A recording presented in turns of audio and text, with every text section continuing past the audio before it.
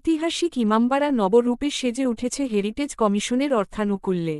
এই শীতের মরশুমে পর্যটকদের দৃষ্টি আকর্ষণ করার জন্য স্থায়ীভাবে সমগ্র ইমামবাড়া আলোকসজ্জায় সাজিয়ে তোলা হয়েছে।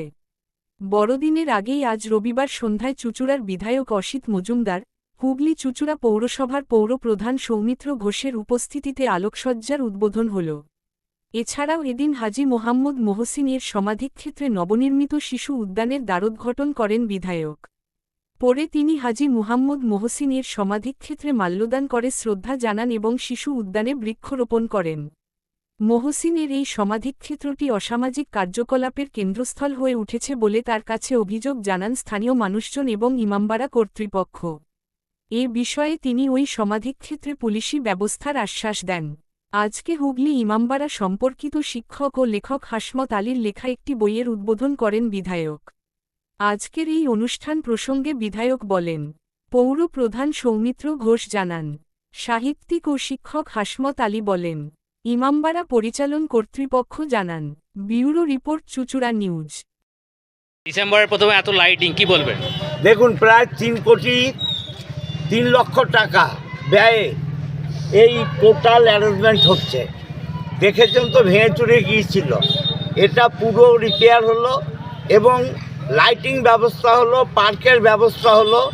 হাজী মোহাম্মদ মহসিনের সমাধিতে আমরা আস্তে আস্তে এটাকে আরও সুন্দর করব এবং যারা ট্যুরিস্ট তারা দেখে আনন্দ পাবে সে ব্যবস্থাও করব। নতুন বছরে পর্যটকদের কাছে একটা নতুন উপহার হলো। অবশ্যই এখানে যখন বড়দিনের ব্যান্ডেল চার্চে আসবে, তার সাথে ইমামবাড়া হাজী মোহাম্মদ মহসিনের সমাধিস্থল সবটা একটা প্যাকেজ। আমার এখনই কমিটি মেম্বার সাহেব ছিলেন, তিনি যেটা বললেন যে 50 বছর আমি বাঁচব কিনা, আমার মনে হয় যে 50 মাসের মধ্যেও এটা হতে পারে। এই সরকার যেরকমভাবে এগোচ্ছে কাজ নিয়ে, খুব শিগগিরই এই জায়গা যে দ্রুত হারে এগিয়ে এলো, আজকে 50 বছর এই ইমামবাড়ার তরফে কেউ তাকায়নি, সবটা ভেঙে পড়ছিল চারপাশে, কেউ দেখছিল না দেখবার। কিন্তু সরকার আসার পর থেকে যে আলো দেখতে পাচ্ছেন সেটা হচ্ছে আজকে সন্ধ্যার আলো দেখতে পাবেন আপনারা। কীরকম ধরনের এখানে আলোড়ন একটা সৃষ্টি হয়েছে, তো ভিতরের আলো, বাইরের আলো এবং গঙ্গার ধারের বিউটিফিকেশন, সেটাকে নিয়ে আমরা যেটা এখন 30 কোটি টাকার যে প্রজেক্ট আমরা জমা দিয়েছি, সেটাকে খুব শিগগিরই আমরা এর মধ্যে খুব শিগগিরই কমপ্লিট করতে পারবো, এটাই আশা আছে আমাদের। 30 কোটি টাকা যেটা নিবে এখন পর্যন্ত টোটাল কত টাকা মোট পেলে 4টে ফেজে? আমাদের ফার্স্ট ফেজ যখন শুরু হয়েছিল কাজ, সেটা হচ্ছে 2006-তে ফার্স্ট ফেজেতে আমরা পেয়েছিলাম 57 লক্ষ টাকা। ফার্স্ট ফেজ 2006-এর পরে যখন আমরা সেকেন্ড ফেজে এলাম, তখন আমরা পেলাম এখানে 44 লক্ষ টাকা। তারপরে সেই 44 লক্ষ টাকার কাজ শেষ হলো, শেষ হয়ে যাওয়ার পরে থার্ড ফেজে যখন আমরা এলাম, তখন ইমামবাড়া আজকে লাইটিং পুরো করা হলো, কি বলবেন? খুব সুন্দর লাগছে।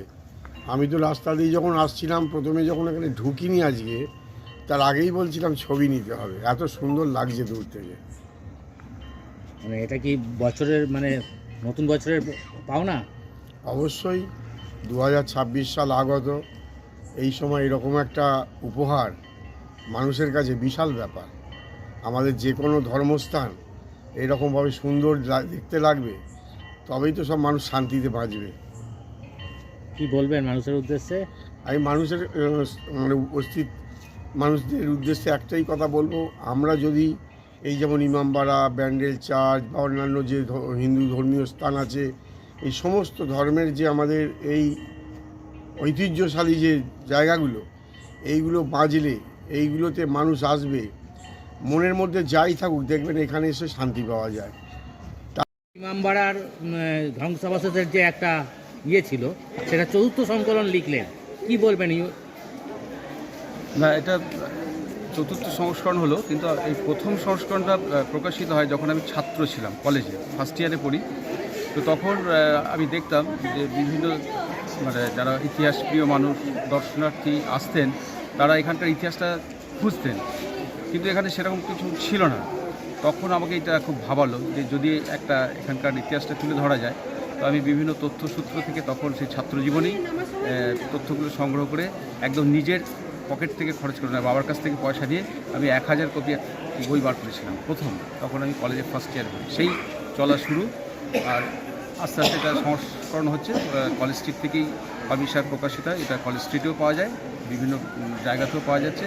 এবং সবথেকে বড় কথা যে যখন আমি এই কাজটা করতে গেলাম, আমি সত্যি কথা বলতে দানবীর হাজী মোহাম্মদ মহসিন সম্পর্কে নিজেরও আমার তেমন ধারণা ছিল না, কিন্তু যখন বিভিন্ন সূত্র থেকে বইগুলো সব সংগ্রহ করলাম, তথ্যসূত্র, তখন ওনার সম্পর্কে আমার ধারণাটাই পাল্টে গেল যে তিনি সেই মধ্যযুগে অন্ধকারের যুগে সে আলো পত্রিকা হাতে তার একটা মানে আগমন, কিন্তু তার মধ্যে ছিল শিক্ষা, স্বাস্থ্য এবং খাদ্য, অন্ন, বস্ত্র, মানুষকে আপন করে নেওয়াটাই তার ছিল ধর্ম। তার কাছে তিনি ছিলেন একটা সাম্প্রদায়িক সম্প্রীতির তিনি একটা পথপ্রদর্শক সেই যুগে।